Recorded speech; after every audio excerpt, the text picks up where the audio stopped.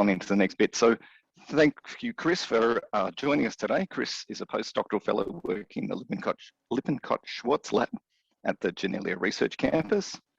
He received his bachelor's degree in physics and entomology at the University of Florida before performing his doctoral work at the National Institute of Allergy and Infectious Diseases.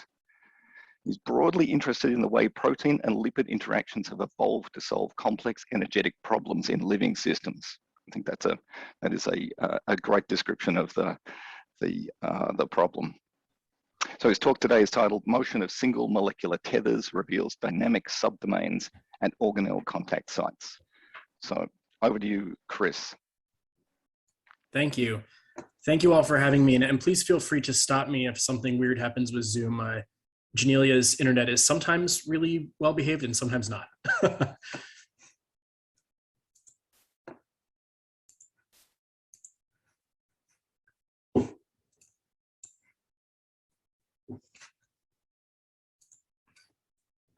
All right. Do you guys have the normal view or the presenter view?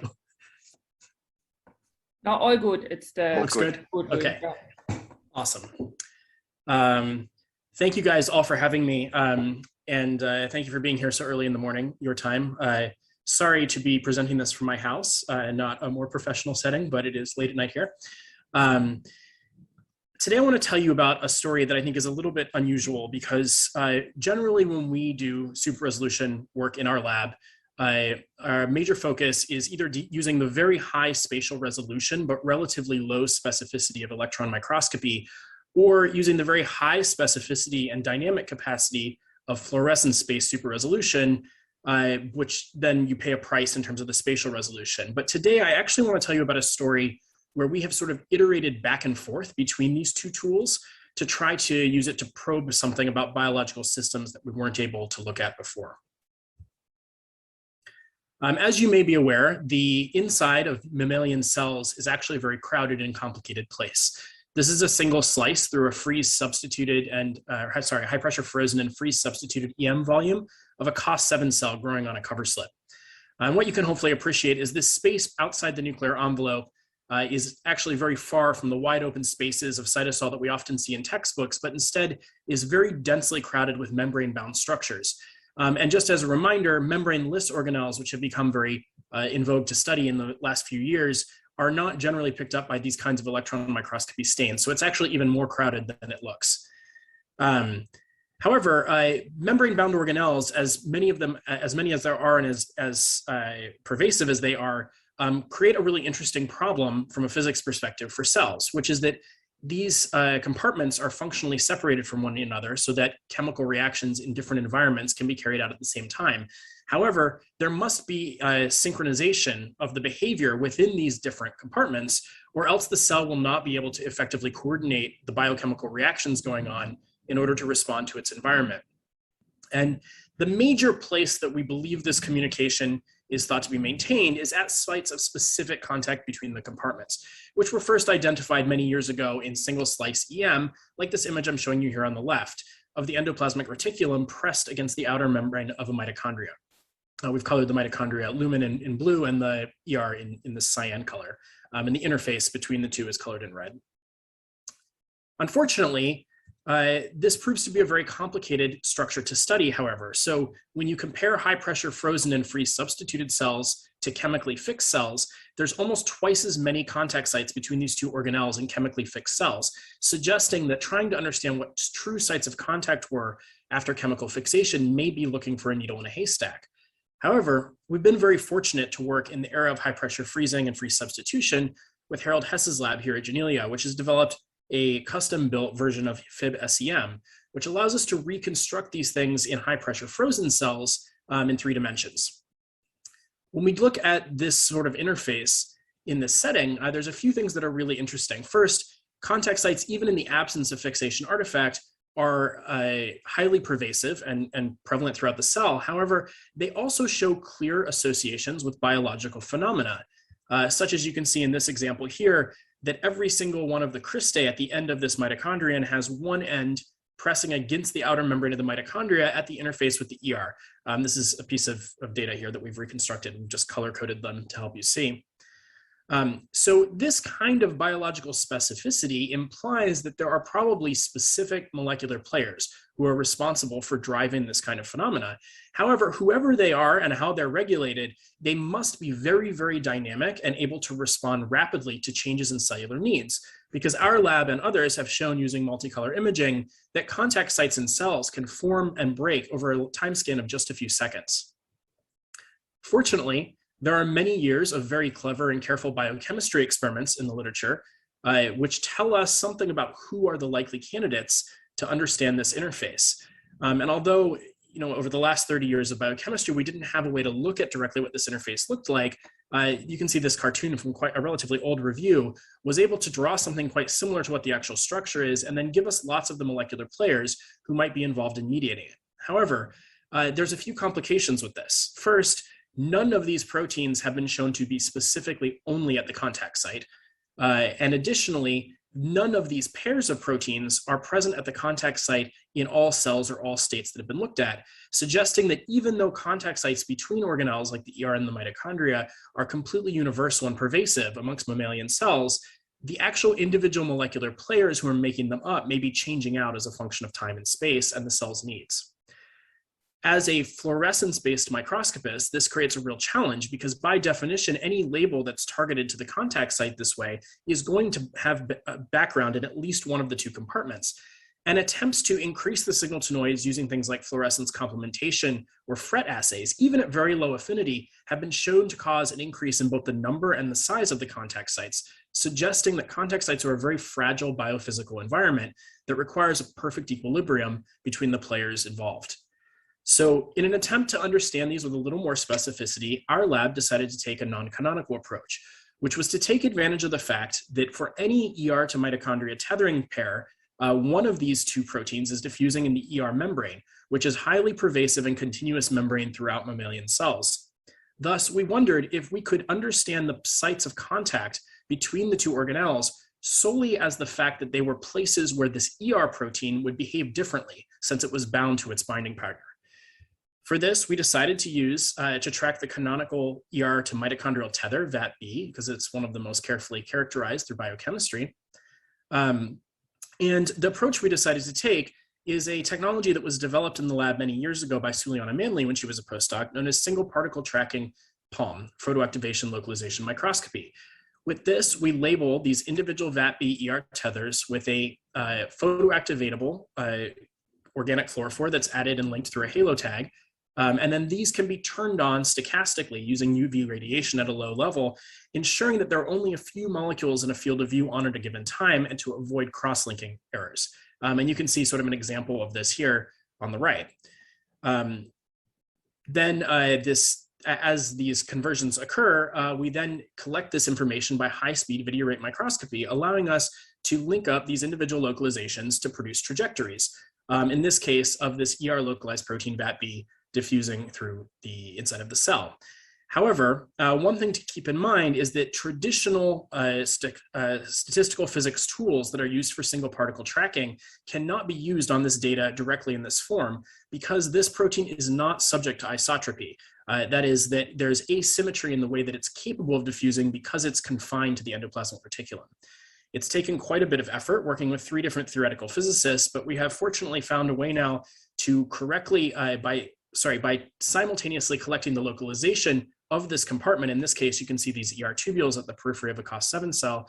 We can correct the boundary conditions in the statistical physics approaches that are traditionally used and solve the diffusion equations within this space, then allowing us to effectively pull signal back out of the noise. And if you apply this to a traditional halo tag that's just targeted to the ER membrane, like this tail anchor control shown at the top here, what you can see is that these proteins freely diffuse through the ER, as you might expect. There is no background in the cytosol, suggesting that the approach is very clean. Everywhere that you see interesting things in the trajectories, they're associated with interesting things in the underlying ER structure. You can see like here the ER gets a little more complicated, so there's more exploration there. However, when we put this tag on this canonical ER to mitochondrial tether, VAT-B, what you see instead is while there is still much free ER diffusion, you also get regions where there is clear intermolecular interaction occurring, which are localized as these very dense trajectories that we've indicated with dark arrows here. This is most easily visualized by simply sliding a time window through the data and calculating the probability of finding a single tethering molecule over time. When you do this for the tail anchor control, you can see that the probability of finding a single molecule in any given space in the ER is essentially uniformly distributed over the structure, shown by this low staining or this low probability is shown in these top panels. However, when you do this with the tethering molecule, what you find are these clear hotspots that form where the tethers are undergoing altered behavior. As you might expect, since this is an ER to mitochondrial tether, indeed, if you add another channel to the microscope and collect where the mitochondria are, you can see that these spots of interaction line up exactly with where the mitochondria are, suggesting that they're likely to be contact sites. To try to understand that a little better, we look at this in a dynamic sense, and what you can see here is that during the course of a 1-minute movie, the ER and the mitochondria shown here made several contacts throughout the time window. And at each of those contact sites, we get a clear hotspot that shows up in the single particle probability analysis as the two membranes touch and tethers rush to the site to try to stabilize the interaction between the two membranes. One sanity check to help us remember that this is working the way that we actually want is that you can see there are also some much less frequent but still present hotspots that show up at places that are not associated with mitochondria, like these shown in the red arrows here, which is something that makes us feel good because this protein has also been shown to tether, albeit with less propensity, to things like endosomes and Golgi. So to make sure that it would be consistent with these being contact sites, we went back to the 3D EM that I showed you earlier and simply modeled diffusion on the surface of this structure. And when molecules are assumed to be primarily confined to the sites of contact between the two organelles, we can mimic by essentially skewing the model data by the point spread function of our optical microscope, which we've measured extensively, to create a theoretically generated single particle probability map like you would have gotten if you had imaged it in real time. And what you can see is qualitatively, you get something very similar to what you see with the actual data that's collected, which is that you get clear hotspots at the sites of interface with the mitochondria that are about the same size and shape. And actually, if you do this over many cells from multiple EM volumes and from many different SPT movies, you can see that these two things are not statistically different, suggesting that these are indeed contact sites that we're looking at. As a last control, just to make sure we weren't looking at something wrong, we hypothesized that by deleting the ability of the tether to interact with the mitochondrial binding partner, we should lose the presence of these contact sites. And it turns out that is true. So if you delete the binding domain, you can see these hotspots all disappear. You no longer have them. And if you actually fuse that binding domain to a non-specific ER targeting transmembrane domain, you actually regenerate them. And you can see that quantified here. So at this point, we thought, okay, cool. We've found a way to, in a dynamic living cell, image in super resolution these contact sites in what we hope is a non-perturbative way. However, that comes with a little bit more extra information because remember, these super resolved images here are actually composed of many trajectories. And we know what happened to those individual molecules before and after they interacted with the contact site. So you can see here a single individual trajectory that's been diffusing through the ER, enters a contact site, interacts with that contact site for some period of time, and then leaves that contact site, moving back into the ER. You can see that same trajectories trace modeled here at the bottom against time. And if you use a non-parametric Bayesian approach to split these trajectories apart into segments based on their behavior, you can actually easily separate these things in a completely blinded way without any user input. And when this is done, you can see that indeed inside the contact site, proteins diffuse much slower than they do outside, which is exactly what you'd predict for something bound to its partner.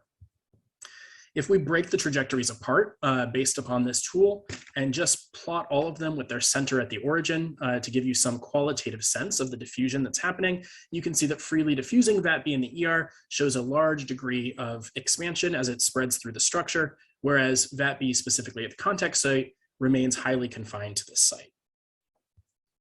But there's actually a little bit more information that we can take from this because contact sites, although they can be very short-lived, only a few seconds, sometimes last for minutes.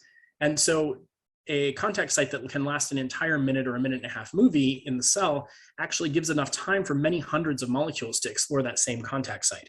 So we can then look at each of those molecules and ask if there are commonalities in where they behaved in specific ways inside the contact site, creating what we term a diffusional map.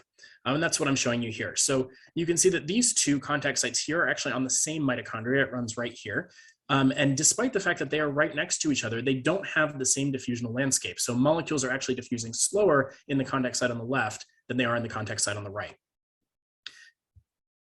However, despite the fact that there are differences in the net diffusion, there's some commonalities between these two contact sites, and that actually are held across all the contact sites and all the cells we looked at. One is that they all show a central diffusional well that's the minimum diffusion, with a gradual increase in the diffusive speed moving outside of that well into the surrounding ER. So we decided maybe it was time to go back to the 3D EM and see if we could understand something about what might be causing this specific shape for the trajectories. This here is a single contact site on an individual ER tubule, and I've chosen this because it's much simpler to analyze and visualize, but we've done this for many different structures of ER. Contact sites can actually form at three-way junctions or whole complex matrices that are pressed against the mitochondria as well. And if you look at this specific tubular contact site, you see something really striking that is actually true for every single contact site in our 3D EM data between these two organelles, which is unlike the entire remainder of the ER membrane, which is almost universally at very high positive curvature, since the tubules are quite thin and the membrane is curved away from the ER lumen. Inside the contact site with the mitochondria, the ER membrane takes on a net negative curvature. It folds backwards into itself, because you can think of this as sort of it taking on the imprint of the mitochondria that's pressing against it. But there is an interesting effect of this, which is that if there's a negative curvature at the center and positive everywhere else, it means that there is, by definition, for a single molecule moving into a contact site, there is a region here, which we've indicated in red, which is still at positive curvature, but is close enough for the two membranes to touch each other. So these are places where we would imagine new contacts are formed between tethers and where old contacts are breaking when contact sites are shrinking. So this is sort of the transition zone where molecules will be making decisions. And then what you might imagine is that when a tether is formed in this region and the two membranes are being jostled around in the cell as things are moving during live cell motion, then it would energetically drive stable tethering molecules towards the center of this, where the two membranes take on the exact same curvature and the spacing is the same, where the molecule will be more content. And so we thought, well, this is a really interesting phenomenon. We see it on every single contact site, these sort of entry zones on either end. So can we see some evidence for that in the trajectories? Now, if you look at a single contact site, you cannot. There's simply not enough sampling of that space with only a few hundred trajectories to be able to see it. However, if you take lots and lots and lots of contact sites and lay them all on top of each other, like we've done here, where all of these have an entry point from the ER right here on the right side, you can draw a line across the probability of finding a molecule that you get from summing all these contact sites up. And if you go off in an arbitrary direction, and that's true for any random direction, you can see that the probability follows a Gaussian, where it's centered at the center of the contact site and then falls off as you move away from that based upon the stochastic distribution of contact site sizes. However, if you take this line and draw it along the entry direction, what you can see is there's this long shoulder in the probability that sticks out here, which we believe probably represents this space, the place where molecules are able to bind their binding partner and thus can spend more time. However, they are not there in the stable sort of long-term interaction that you might expect at the center of the contact site where the curvature is lower. Is negative. So if this is the case, then these spaces are actually really interesting, because these are the places that decide when contact sites grow or when they shrink. And so it made us wonder, can we understand something about how that process might be governed? There's actually an interesting paradox for a physicist that comes up from this, which is that if you can see in this image here on the right, the mitochondria are colored in blue and the ER in this grayish black color.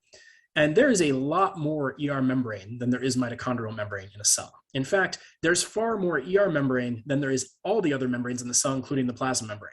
So if you want to be able to have a molecule in this tiny space here on the ER have, every time there's a mitochondrial tether that coming to make a contact, you need to have a lot more of the ER molecule in the cell than you do of the mitochondrial one.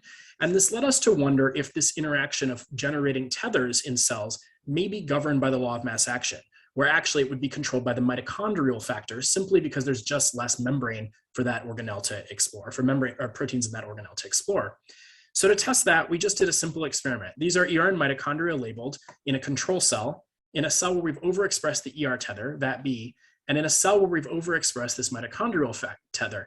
And what you can see is that although you can drive the expression level of VAT-B really substantially, even more than a log, in excess of what it normally has, this has essentially no effect on the structure, but the mitochondrial binding factor has a very dramatic effect on the way that the ER forms. And in fact, when you overexpress it even slightly, you find this very dramatic rearrangement while the ER essentially forms little burritos around all the mitochondria because the contact sites have just expanded outwards. So we decided to look at these contact sites a little closer and see if we could understand something about what was going on.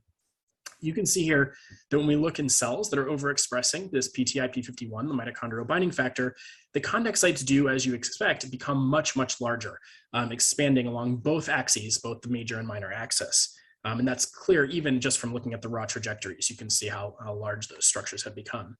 However, there was one thing that really surprised us, which is even though the contact sites themselves have gotten larger, the number of contact sites actually doesn't change. So cells have the same number of ER mitochondria contact sites when you overexpress this mitochondrial binding factor that they would have had normally. Those contact sites have just expanded in size and shape.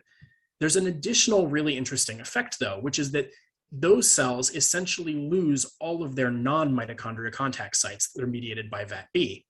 And so we wondered if what this meant is that because the mitochondrial factor is sort of more potent based on the lower amount of membrane, whether or not you could use it to be sort of a dominating factor, that by overexpressing this mitochondria factor, are we essentially depleting a much more prevalent ER factor from the entire organelle to try to cover those contact sites? And so we did a simple experiment here where we just overexpressed, you're looking here at Sec61 as a non-specific ER-targeted fluorophore, and VAT-B is this tethering molecule. And you can see when we overexpress PTI-P51 to a significantly high level, although the ER makes a very dramatic restructuring around the mitochondria here, the mitochondria are not even labeled here. This is just ER because it's formed such a tight wrap around the mitochondria, you can see them.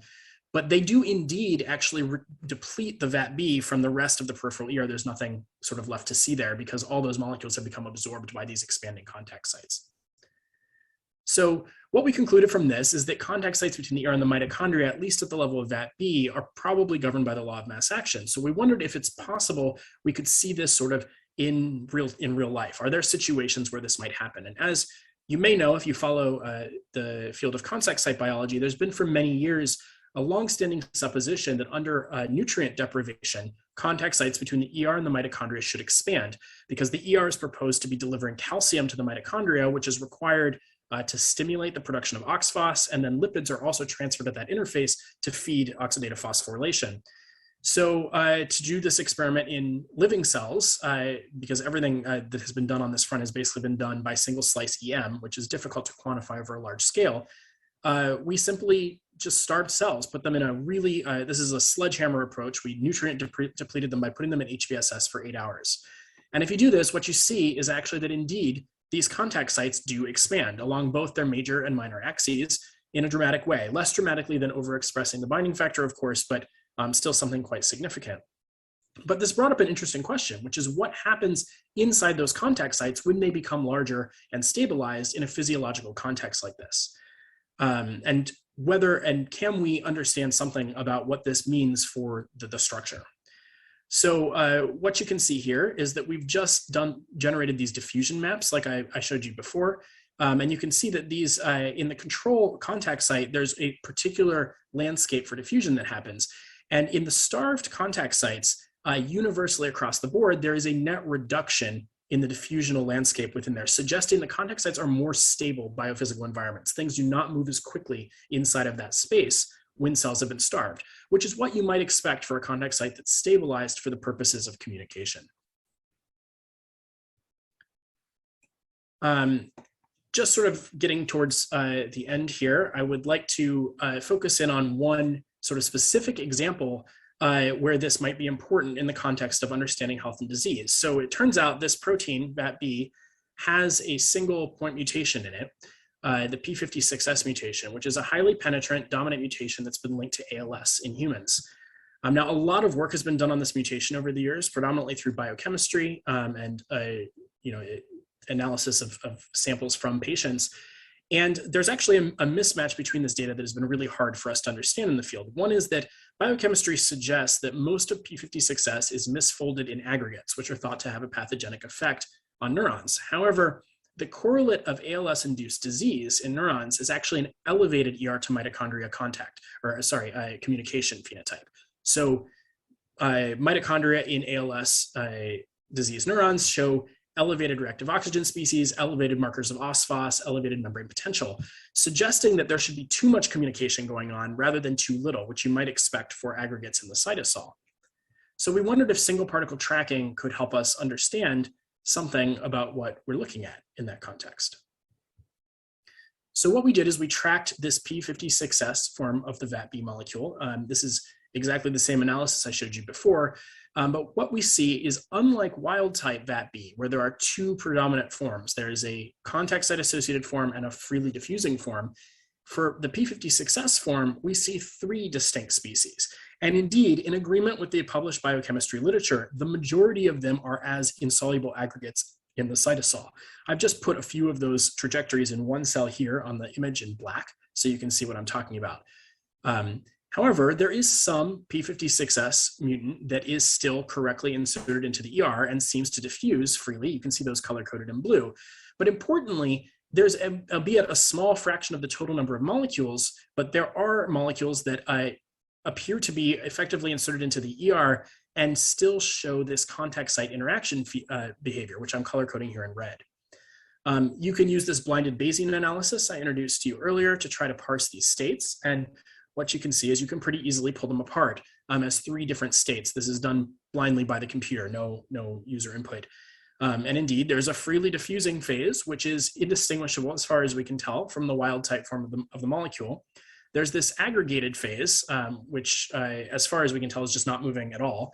And then there's this contact site associated phase. But you might notice if you have eyes like a hawk or zoom in on it like this, that it doesn't look exactly the same as the one that we saw in the wild type. And indeed, the numbers that come out of analysis of this are statistically different from the ones you get from wild type. So we wondered if there are strangely behaving molecules inside contact sites, what is the effect on the contact site? Maybe this can give us some insight into what's happening in the context of disease. So the first thing we did is we mapped the size and the shape of the contact sites, just like I showed you earlier.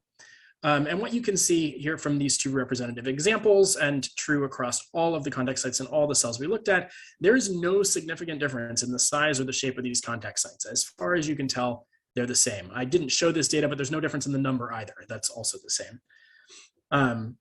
If you try to understand something about the biophysical nature, you get a very slight reduction in the diffusion coefficient of diseased P56S in the contact site, but it's really slight. This is not anywhere near as dramatic as what you see in a starved cell or other controls that we've done.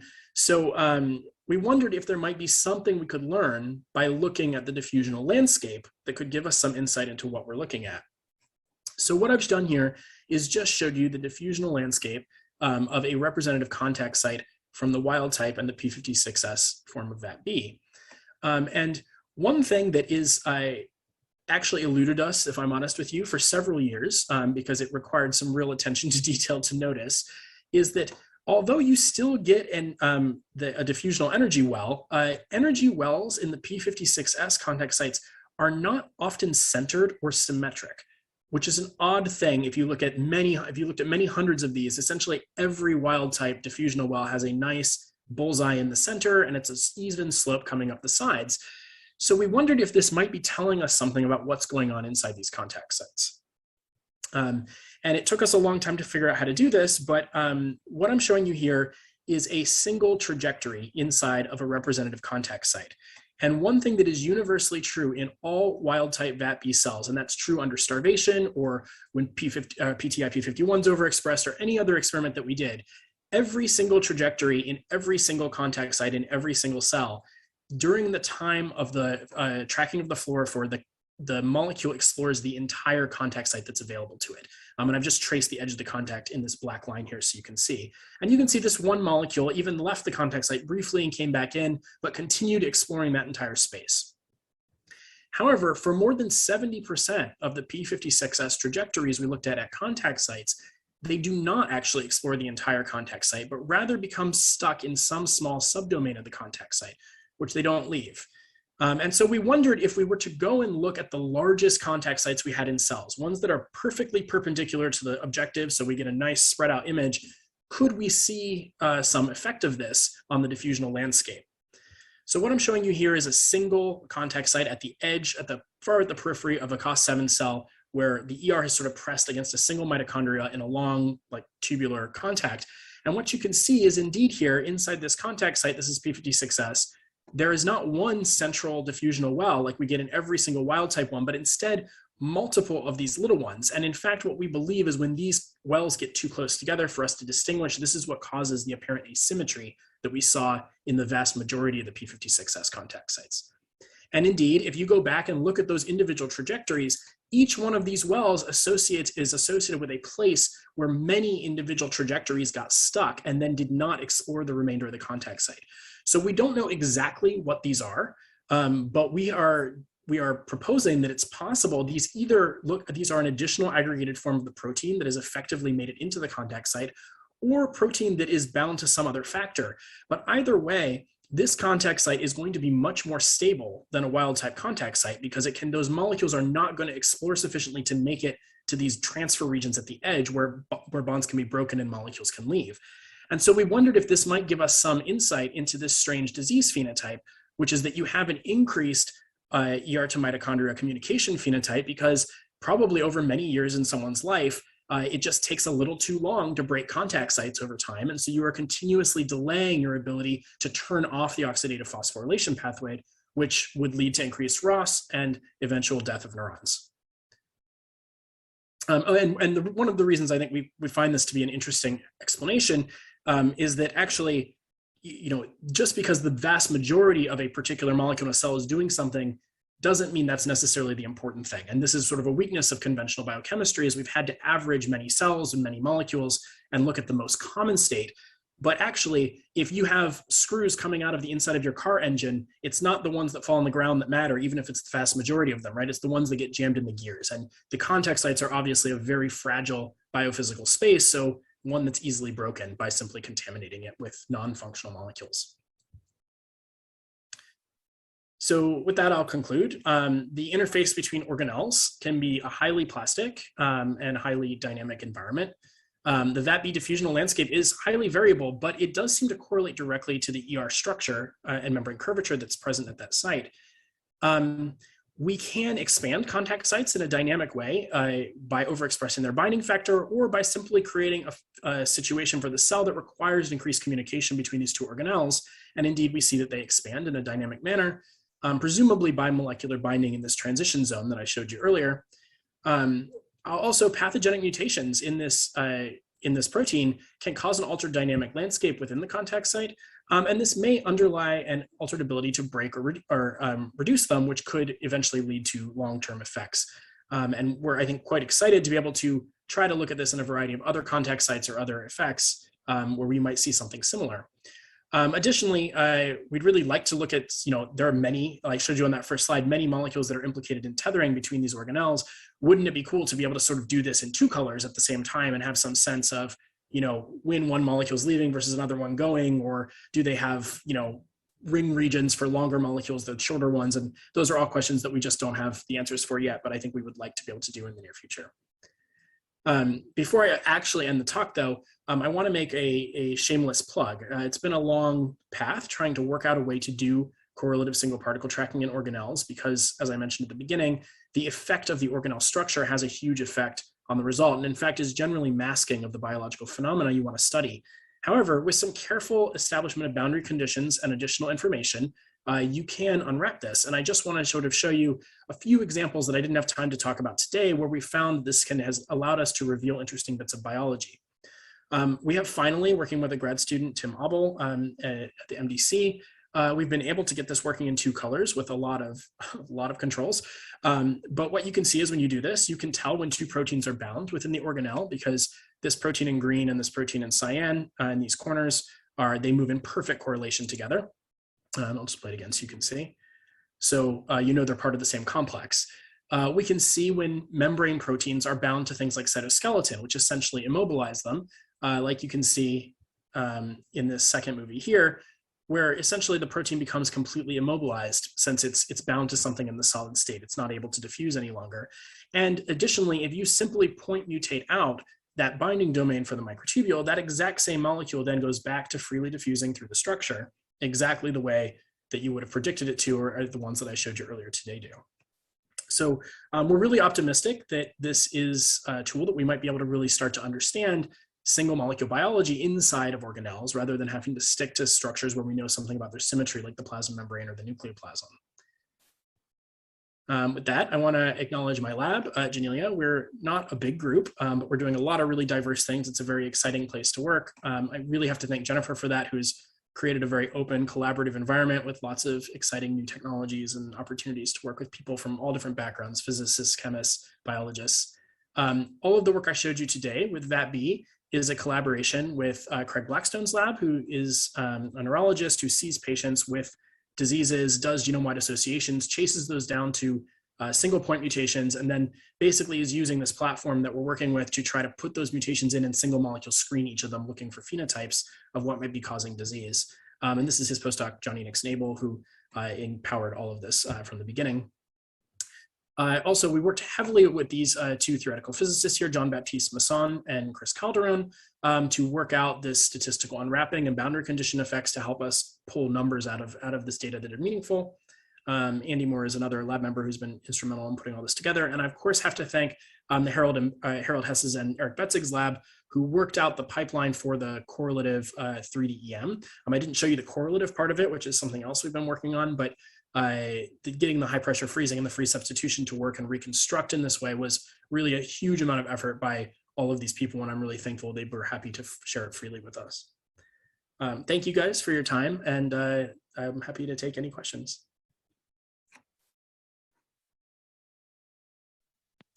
Right, well, thank you, Chris. That's so impressive. I think we were talking before about looking at cells and the beauty of them, but watching those molecules moving within those trajectories are just amazing. Thank you. We have a question in the chat from Anonymous, so let's go with that one. Thanks for the fantastic talk and amazing videos. Is this interaction dynamic motion related to motor proteins at the Mercs? Oh, this is a fantastic question. So one of the first things we were looking for, right? Often contact sites get pulled on motors, just like the organelles that are associated with them. And we were trying to look to if we could see that. And we were expecting to see that as active transport, right? Something that looks highly linear and like directed, right? And there's lots of examples of people tracking motors in cells. That's what they look like. The problem is actually you have to change timescales. And it took us a while to figure this out, but the diffusion is so much faster than the motor protein is that actually what it looks like is a contact site that is confined, that is just drifts through time. So if you look at that time projection, actually I can pull one up for you, you can see.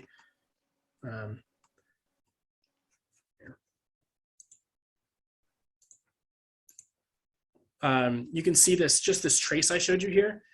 When a contact site is being pulled by a motor, basically what happens is this flat red line here in the time projection basically becomes slanted, and the slope of that slant is the speed of the motor. And it turns out if you create a synthetic one, right, which we've done just for sanity's controls, and stick something on a kinesin, then that slope becomes the speed that's known for that kinesin, right? If you like flip it to go the other way, then it becomes the slope of the dynein. But actually the molecule, if you're looking at the movie, it's almost evades your eye when you're looking at it, because the molecule is shooting back and forth inside that contact site, exploring the space much, much faster than the motor is. But you can see molecular motion in this data for sure. Did that answer the question? Feel free to say no if I got sidetracked. I think that's great. So there was a second part to that question. Is the enlarged contact site after starvation related to autophagy or mitophagy and the lipid composition? This is another great question. I don't have an answer to that because I haven't found a good way to probe inside these contact sites specifically while I'm tracking them for something like lipid composition. That would be a dream, but we just don't have, we haven't found the tool yet. If you know of one, please let us know. What I can tell you, I do not think that bee is probably involved in that mitophagy. So I think mitophagy is actually a perfect example of exactly what we're interested in. One of these moments where one kind of tethering protein leaves and another one forms. And the reason I suggest that is that we have done a bit of tracking of this super contentious molecule PDZD8 that everybody was arguing about whether or not it's mitochondrial associated or endosome associated. And indeed, in most cells, you can see it is an endosome associated protein in the ER. However, if you induce mitophagy in cells, PDZD8 seems to redirect itself towards the mitochondria. Now, that may be still attached to an endosome, I don't know, but those contact sites have a different shape and a different dynamic than you see for the VATB contact sites. Now, we've only done them one color at a time, so I don't know that isn't just that the contact site is changed, right? But one possibility is that actually VATB would be sort of vacated from these contact sites and there's a new molecule in there, presumably because you want to change the spacing in the membranes to associate or to bring in the mitophagy associated machinery rather than the machinery that normally lives in the VATB contact site. That's a hypothesis. I have no data for it. I'm just waxing poetic, so feel free to disagree.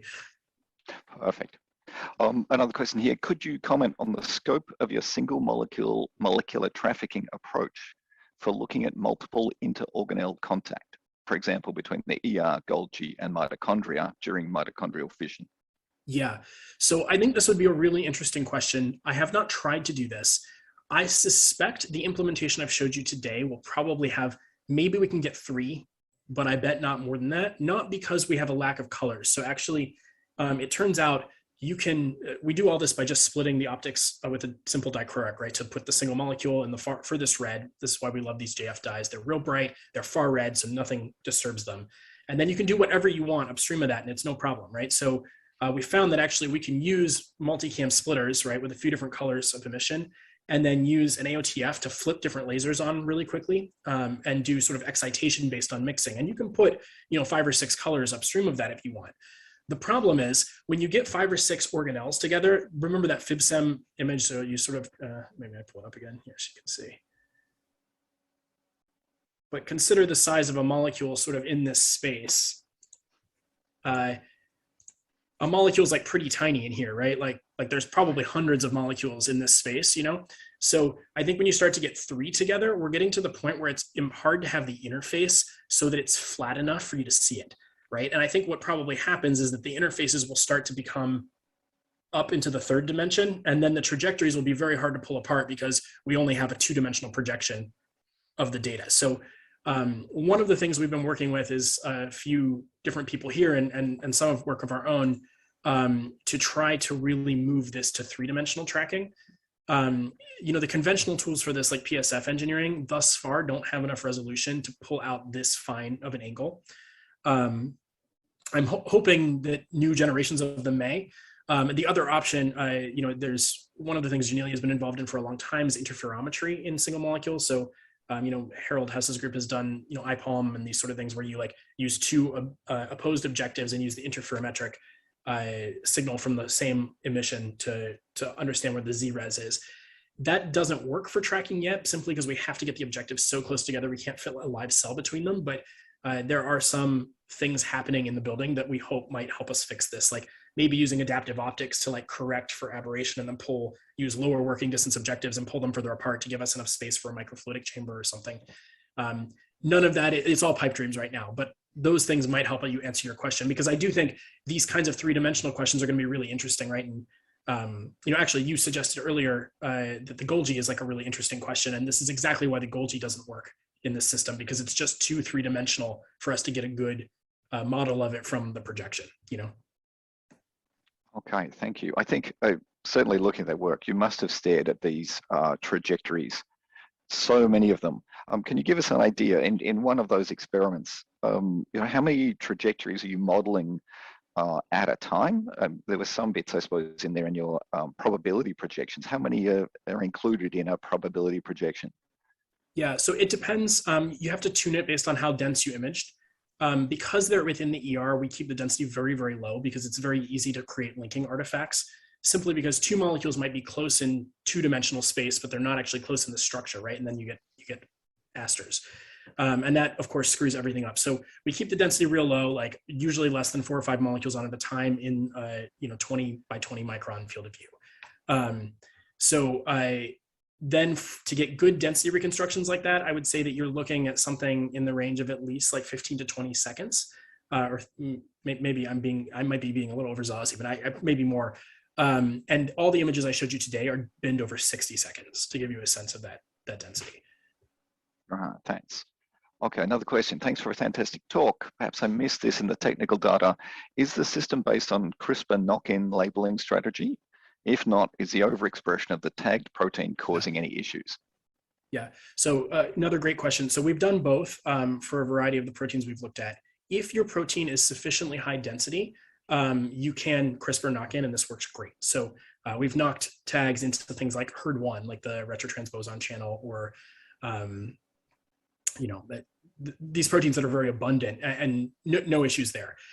We tried knocking in a protein called spastin, M1 spastin, because one of these disease mutations that Craig had was in it. But M1 spastin, there's only like 30 to 100 molecules in the cell, right? And at that point, actually, the non-specific fluorescence that you get that's inherent in single molecule imaging from things like FPS in the solution and whatnot actually become interfering. And so your signal to noise just decays. And so we've not gotten good endogenous labeling for that type of protein. For that one, we have to overexpress. The data I've shown you here today is overexpressed, that B, to explore that space, right, as frequently as possible. And the reason we made that decision is because I showed you some data earlier. The contact site size and dynamics are insensitive to changes in VAT-B because the ER membrane is just so much bigger than the mitochondrial membrane. So here we feel safe doing that, but you have to choose for your system, right? If overexpression is a problem. So for instance, the reason you didn't see any M1 spastin data today is overexpressing M1 spastin clearly has dramatic effects on both the protein and what it's doing and what's happening in the cell. And so we just decided that, single particle tracking to try to understand its biology is probably not tenable, at least with our current tools. Okay, so the end of that, how feasible is it to use this technique? I suppose you covered this one, mitochondria-associated protein. All right. Oh, to track something in the mitochondrial membrane, you mean? Yes, that works. That's not hard. Okay. Yeah. You have to keep the density a little bit lower to avoid, I should say, we haven't done PSF engineered tracking of mitochondria, so you don't want to get them too dense or else the molecules can be mislinked. If you were to use the PSF engineering, now mitochondria are way bigger than the ER, right? So actually the 50 nanometers or whatever you can get from like a double helix point spread function engineering might be enough that you can track the difference at the top and the bottom, and then this won't be a problem. You won't get molecules confused, right? But for 2D tracking, that you just have to keep the density a little bit lower, but it works. Okay, thank you. Calling out there, so we have no more questions in the chat. Is there any other questions people would like to ask? Now's the time. Yeah, I would have one, Steve. Oh, your hand is up there. Sorry, I'm looking at the wrong screen. Perfect. No, that's all right. Thanks, Chris, for the nice talk. I was really fascinated by the negative folding you showed with the ER. Is that kind of negative folding really a requirement if it's interacting with mitochondria, or is it for any organelle the ER must do that folding? And yeah, you're laughing already. And is the mitochondria... No, it's a really good question. I was very excited about this too. The mitochondrial membrane doing literally the opposite, positive, or yeah? Yeah. So yeah, the mitochondria is doing the exact opposite in that space. In fact, you can predict ER just from that. So it's just taking on the mitochondria shape. And I think that's because the mitochondria must be quite a bit more rigid than the ER, right? So it's when these two membranes sort of bind onto each other, the one's glomming onto the other. I expected, because we know how fluid the ER is, that this would be the case then for every contact site. Actually, to our surprise, that doesn't seem to be the case. So we don't have nearly as large of an N, but from the small number that we've looked at, which is like 7 so far, I think, so really small numbers, the contacts with endosomes don't do that. So the ER maintains its own curvature at that site, which means there must be a much smaller interface for these molecules to choose, right? Because both membranes are trying to curve away from each other. Now the problem, as you know, in 3D EM, which is how we're doing this, is that identifying the difference between an endosome, early endosome and a late endosome and a lysosome is really, really tough in EM because we don't have the specificity. And so this is actually a big part of what's launched us into cryo-correlative imaging, which I sort of referenced earlier. So big part of my work during COVID actually has been assembling a cryo-imaging microscope that we can image in liquid nitrogen. So you can high pressure freeze your cells, put your fluorescence image in, and then freeze substitute without ever thawing and put that fluorescence back into the 3D EM. And then we can say, okay, that's an endosome because it has, you know, RAB4A on it, right? Or whatever, and try to understand something about what we're seeing here. But we're still, that pipeline is, it's coming along, but it still needs some tweaking, I think, before we're ready to make a firm answer to that. Yeah. Awesome, thank you. Yeah. All right, thank you very much, Chris. That's fantastic. If anyone has a question out there, please raise your hand and we can find you and turn your microphone on if you're not up for typing into the chat window. I think we've got no one else in there. Give people a moment. All right, maybe we've exhausted them. But that was fantastic. Thank you very much, Chris. I think that shows some amazing work, all of those trajectories. One of the bits you mentioned in looking at that ALS, that idea that you said looking at many hundreds of these projections, that you were able to notice that difference. Obviously, that is a big thing to look at that amazing near random pattern and to be able to start to pull out those sort of details. Is that something you're talking about, the other disease states you've looked at? Do these things now appear to you as you look at these things? Is this something that becomes more apparent as you stare at more of them? It seems to really depend on the situation. So I will say in hindsight, contact sites between ER and mitochondria were probably about the toughest because it's such a fluid interface. Mutations that are associated with interfaces with like microtubules, for instance, are much more dramatic because the molecules just like stop where they move, right? And so when you put in this disease mutant, it's just obvious right away because like 30% of the trajectories are just immobilized, you know, and you're like, okay, something is wrong here, you know? But yeah, you know, but we've only really looked at things that are involved in tethering this way so far. You know, when you look at something that instead of binding to another organelle or another, you know, a cytoskeletal element, if you wanted to look at a protein that binds to another protein in the same membrane, this might be quite a bit more complicated, right? And the reason we haven't really pushed in that direction is that we didn't have two-color tracking working reliably just because of the background associated. I think we're right poised to take that step now. So hopefully we'll be able to start to answer those kinds of questions soon, you know. Yeah. All right, well, thank you very much for that. That was most impressive. Like everybody had joined me, raised, clap, all these sorts of things to show your appreciation for this fantastic talk. So thank you, Chris. If you think of more questions or you think of something interesting that this should be tried on, send us an email. Jennifer and I are always glad for suggestions or collaborations or whatever else. This is, I mean, it's been a long time to build the tool, but now it's not hard to use the tool. So let us know, you know. Excellent. Well, thank you. I have to make a shameless plug at the end, or Jennifer would kill me. Yeah. You know? Thank you all. Cheers. Thank you, Chris. Really thank you, everybody, for your time. And we will see you again soon at the next imaging seminar. Cheers. Nice to meet you all. Thank you, Chris. Thank Bye, you. everyone.